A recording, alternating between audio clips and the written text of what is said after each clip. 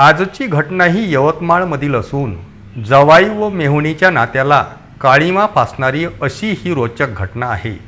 यवतमाळ जिल्ह्यातील घाटंजी या तालुक्याच्या ठिकाणी महादेवराव व त्यांची पत्नी मंजुळा ही राहत होती।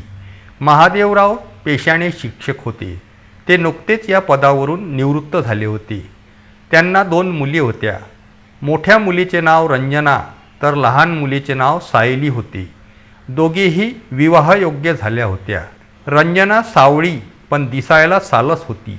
नाकी डोळी अगदी रेखीव होते। पाणी आखरं होतं। उंच होती, त्यामुळे ती अतिशय सुंदर व हटके दिसत होती। मात्र रंजनाला साधी सिंपल राहणी पसंत होती। ती जास्त नटायची नाही। तर सायलीसुद्धा खूपच सुंदर होती। गोरी गोमटी, चेहऱ्यावर तेज व डौलदार फिगर होते। चालण्यात एक विशिष्ट लबक होती। सायलीचे राहणीमान फॅशनेबल होते। ती नेहमी घरात शॉर्ट कपडे नेसायची, सतत प्रसन्न राहायची। गंमत करणे, खोड्या करणे ह्या तिच्या सवयी होत्या। महादेवरावांना आपल्या दोन्ही मुलीच्या लग्नाची काळजी वाटत होती। अपुरा पैसा असल्यामुळे ते चिंतेत होते। एक दिवस महादेवरावांच्या एका मित्राने त्यांना सल्ला दिली की तू दोन्ही मुलीचे लग्न एकाच वेळी एकाच मांडवात कर। असे केल्याने तुझे आहे तेवढ्या पैशात काम होईल आणि दोन्ही मुली संसारी लागल्यामुळे तू चिंतामुक्त होशील। महादेवरावांना ही गोष्ट पटली। त्यांनी आता आपल्या दोन्ही मुलींसाठी स्थळ शोधणे सुरू केले आणि स्थळ यायला सुद्धा लागले। प्रत्येक येणाऱ्या पाहुण्यांना आपली अट समजावून ते सांगत असे। कैलाश पवार, वय वर्ष 29, राहणार यवतमाळ, यांचे स्थळ रंजनाकरिता आले होते। कैलास हा यवतमाळ येथे एका कंपनीत जॉब करीत होता। बऱ्यापैकी पगार होता। त्याचा यवतमाळ येथे फ्लॅटसुद्धा होता। कैलाससुद्धा उंचपुरा, भरभक्कम शरीर आणि शरीरयष्टीने सुदृढ होता। कैलासचे मूळ गाव वणी होते। यवतमाळला मात्र तो एकटाच राहायचा। महादेवरावांना हे स्थळ पसंत आले होते। पाहणीचा कार्यक्रम आटोपला। रंजनाला पण मुलगा खूप पसंत आला। पुढील बोलणी सुरू झाली। कैलासने महादेवरावांची अट मान्य केली व जोपर्यंत सायलीचे लग्न जुळत नाही तोपर्यंत थांबायचं ठरवलं। आता पुढे सायलीकरिता स्थळ शोधणे सुरू केले। सायली सुंदर असल्यामुळे तिला फार काळ लागला नाही। रुपेश चव्हाण, वय वर्ष 27, राहणार पुसद, यांचे स्थळ सायलीकरिता आले होते। रुपेश हा यवतमाळ येथेच दूध डेअरीचा व्यवसाय करत होता। व्यवसाय बऱ्यापैकी चालत होता। दुकानात नौकर चाकर सुद्धा होते। रुपेश फारच देखणा होता। गोरा गोरा पान, ओठ गुलाबी, नाकी डोळी रेखीव, एखाद्या मुलीला लाजवेल अशी त्याची सुंदरता होती। अगदी सिनेमातील हिरोप्रमाणे तो दिसत होता। पाहणीचा कार्यक्रम आटोपला। सायलीला मुलगा खूपच पसंत आला। पसंत येणारच, कारण तो देखणाच तेवढा होता। पुढील बोलणी सुरू झाली। दोन्ही जोडप्यांचा साखरपुडा एकाच दिवशी आटपून घेतला। महादेवराव व मंजुळा फारच आनंदी झाले। 1 महिन्यानंतर दोघींचे लग्न मोठ्या धूमधडाक्यात महादेवरावांनी लावून दिले आणि सुटकेचा निश्वास घेतला। सर्व सोपस्कार पूर्ण झाले। दोघीही आपापल्या घरी नांदायला गेल्या। महादेवराव व मंजुळा यांच्या डोळ्यातून अश्रूला बांध फुटला। सायलीचं सासर पुसदचं असल्यामुळे लग्नातून थेट ती तिच्या घरी पुसदला गेली। नव्या नवरीची एंट्री झाली। सर्वच नवरीला बघून खुश होते। मुलाकडे पंगत देण्यात आली आणि सत्यनारायण विधीसुद्धा पार पडला। दुसऱ्या दिवशी मधुचंद्राचा कार्यक्रम ठेवण्यात आला। रूमची नीटनेटकी सजावट करण्यात आली। सुगंधी फुलांच्या लटी, दुधाचा ग्लास, सेंटेड स्प्रेनी रूम जशी प्रसन्न वाटत होती। सायलीला फार आतुरता वाटत होती। रुपेश येईल, हळूच घुंगट उचलेल आणि मला स्पर्श करेल, ती या स्वप्नात गुंफली होती। आता तिची आतुरता संपली होती। रात्रीचे 10 वाजले होते। दार लोटून रुपेश आतमध्ये आला होता। आल्या आल्यास त्याने कपडे काढून नाईट ड्रेस घातले आणि सायलीकडे जराही न बघता झोपून गेला। सायलीचे स्वप्न धुळीस मिळाले होते. तिच्या डोळ्यात पाणी आले. ती ढसाढसा रडली आणि रात्रभर झोपलीच नाही. सकाळ झाली. घरातील सर्व मंडळी उठली. उरलेले सोपस्कर स्नान वगैरे पार पडले. गावातील लेडीज मंडळी, शेजारी पाजारी बायका नवरी बघायला येऊ लागल्या व खूप तारीफ करू लागल्या. सायली मात्र उदास होती. तिच्या मनात एकच प्रश्न भेडसावत होता की रुपेशने असे का केले असेल. पण काही वेळाने ती शांत झाली आणि विचार करू लागली. मग तिला वाटले की रुपेश दमला असेल, थकवा आला असेल म्हणून तो झोपला. आज लग्नाची दुसरी रात्र होती. सायली परत रुपेशची आतुरतेने वाट बघत होती. रात्री 10 वाजले होते.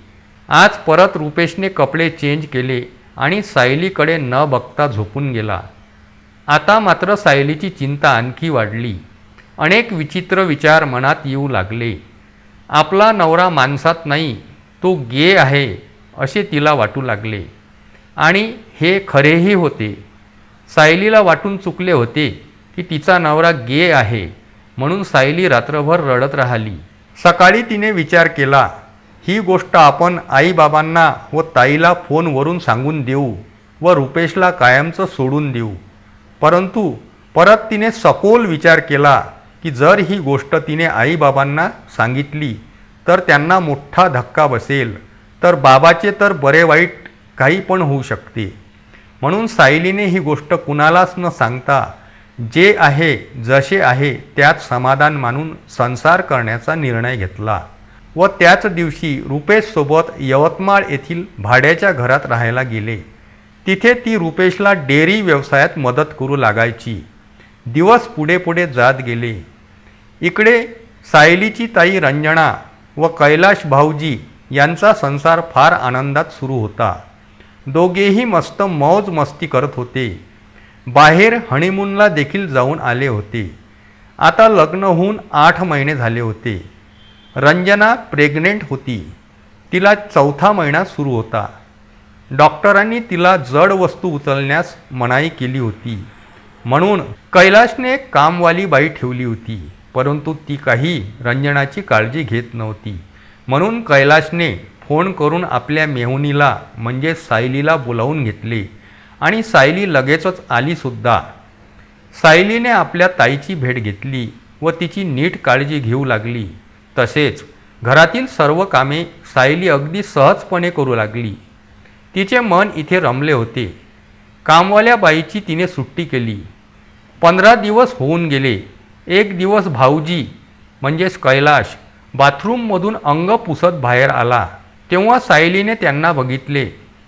त्यांची बॉडी पाहून सायली पाणी पाणी झाली होती. अनेक विचार तिच्या मनात येऊ लागले. तिला वाटू लागले की माझा पण नवरा असाच हवा होता, पण नशिबाने पार वाटोळं केलं होतं. आता सायली दररोज भाऊजी बाथरूममधून बाहेर येण्याची वाट बघू लागली. सायलीच्या मनात भाऊजींविषयी प्रेम निर्माण झालं होतं. आता सायली रोज थोडी थोडी पुढे सरकू लागली होती. ती मुद्दाम शॉर्ट कपडे घालायला लागली. जाताना येताना भाऊजीकडे बघणे वाढले होते. मुद्दामच टच करणे, कधीकधी मुद्दाम भाऊजीच्या बाजीरावला टच करणे, आपली सेक्सी अदा भाऊजीपुढे दिलखुलास करणे, हे सर्व सुरू होते. हळूहळू कैलासच्या हे लक्षात येऊ लागले. दुसऱ्या दिवशी त्याने ट्रायल म्हणून किचनमध्ये सायलीच्या खांद्यावर हात ठेवले. तेव्हा सायलीने क्षणाचाही विलंब न करता चटकन पलटून आपले चेंडू त्याच्या डौलदार बॉडीवर ठेवले व माझा नवरा गे आहेस, मी अजून कोरीच आहे असे तिने सांगितले. तेव्हा कैलाश म्हणाला की तुझा नवरा मला एका गार्डनमध्ये एका तरुण मुलासोबत दिसला होता. त्यावेळी मला थोडे अजब वाटले होते, मात्र आज खात्री पटली. सायली, तू अजिबात काळजी करू नको. जे तुला नवऱ्याकडून मिळत नव्हतं ते मी त्याच्यापेक्षा जास्त देईल. आणि मग दोघेही बेडरूममध्ये गेले. रंजना तिच्या रूममध्ये निवांत झोपली होती. कैलाश आज ड्युटीवर गेलाच नाही. बेडरूममध्ये अंधार होता. दोघेही एकामेकांना आलिंगन देत होते. भाऊजींचे हात चेंडू धरून बॉलिंग टाकत होते. सायली अंधारात सुद्धा चमकत होती, कारण ती गोरीपान होती. कैलाश भाऊजी अनुभवी फलंदाज होते, तर सायली नवीन होती. तिला प्रत्येक गोष्टीची उत्सुकता होती. बाजीराव कसा असतो तिने पहिल्यांदाच हातात धरला होता. त्याला पाहून ती अवाक झाली होती. कैलाश सायलीवर कॅरम बोर्डप्रमाणे बोटे फिरवत होता.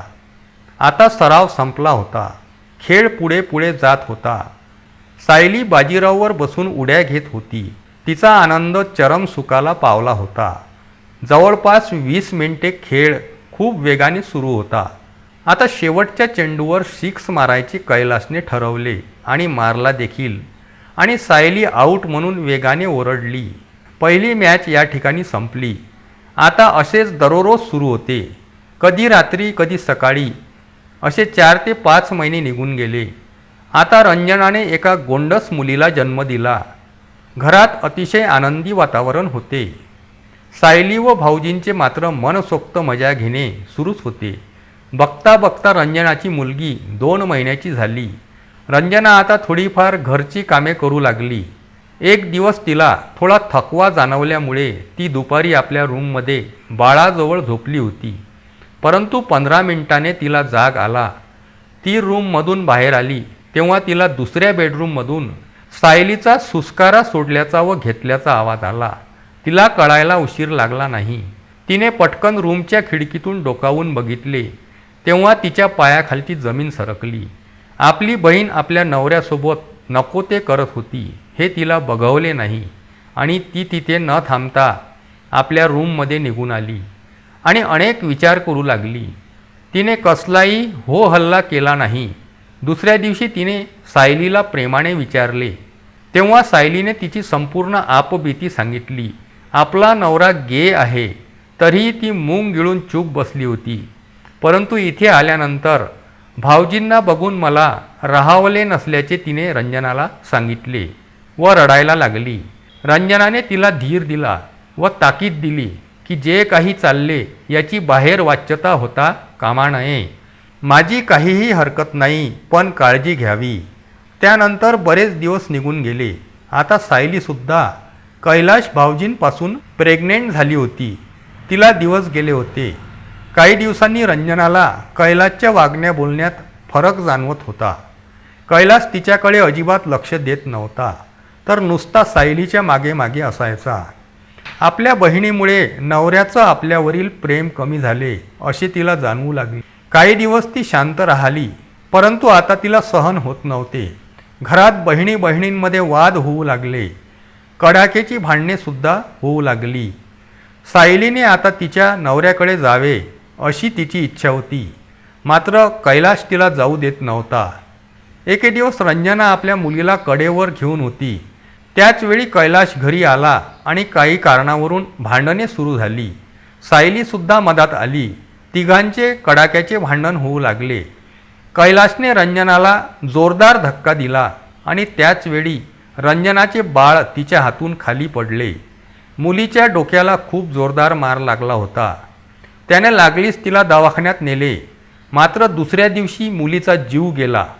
रंजना फार खचून गेली होती. तिची मुलगी आता मरण पावली होती. सायलीसुद्धा फार घाबरून गेली. डॉक्टरांनी पोलिसांना प्राचारण केले. कैलाशने मुकाट्याने गुन्हा कबूल केला व सांगितले की मी धक्का दिला म्हणून माझी मुलगी खाली पडून मरण पावली. पोलिसांनी विविध गुन्हे दाखल करून कैलाशला अटक केली, तर सायली नवऱ्याकडे नाही तर माहेरी निघून गेली. मित्रांनो, ही कथा सत्य घटनेवर आधारित आहे. जर तुम्हाला आवडली असेल तर चॅनलला सबस्क्राईब जरूर करा. पुन्हा भेटूया अशाच एका नवीन कथेसोबत. तोपर्यंत नमस्कार.